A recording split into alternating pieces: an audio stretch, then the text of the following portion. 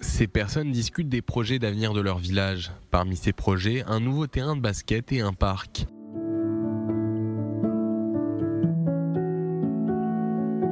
Ce village, c'est Ein Absor, l'une des localités limitrophes de la bande de Gaza. Nous resterons là.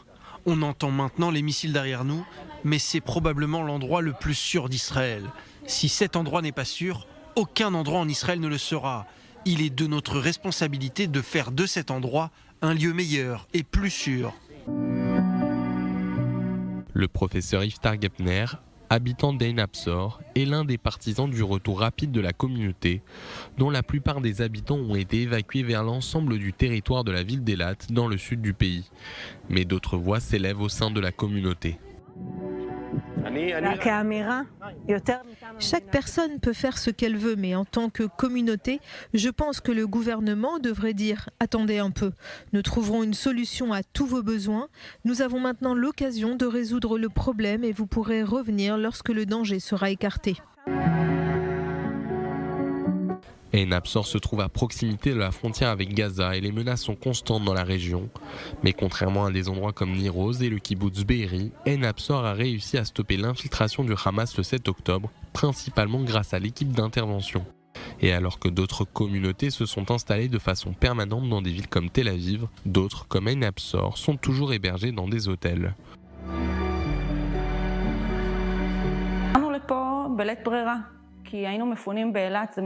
Nous sommes venus ici parce que nous n'avions pas le choix. Nous avons déménagé à Eilat, à 3 heures d'ici. Mon mari est actuellement à l'armée.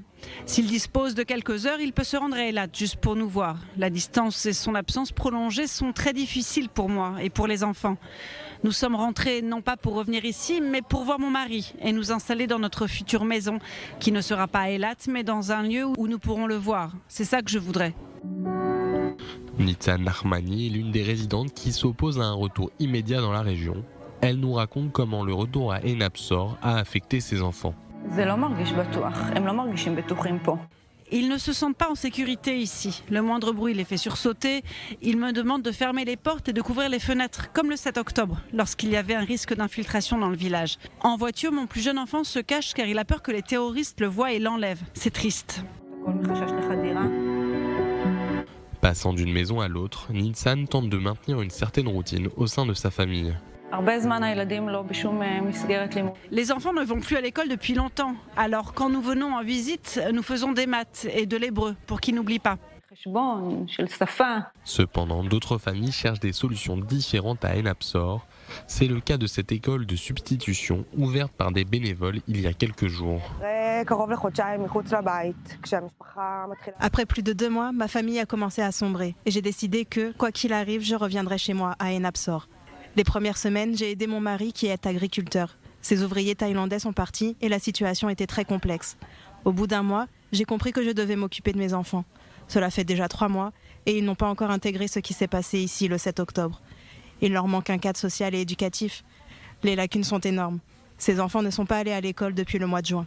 Alon Gepner, fils de Iftar, se dit content de revenir.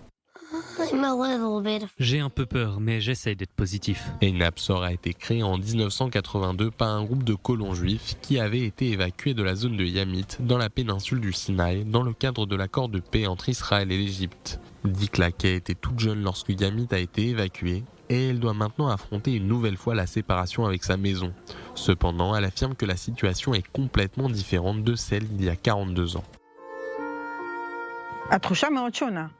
Le sentiment est très différent. Lorsque nous avons été évacués du Sinaï, du moins dans mes souvenirs et d'après ce que l'on m'a dit, nous avions le sentiment que le pays s'occupait de nous et qu'il nous aiderait à reconstruire notre communauté. Aujourd'hui, personne ne nous dit quoi que ce soit sur notre avenir. Intégrer d'autres communautés est aussi très compliqué. Pris d'une part entre le besoin élémentaire de sécurité et d'autre part le besoin de stabilité et le profond désir de rentrer chez soi, les habitants d'Ein Absor, comme beaucoup d'autres Israéliens, hésitent encore quant à leur prochaine destination alors que la guerre à Gaza se poursuit et qu'aucune solution ne se dessine encore à l'horizon.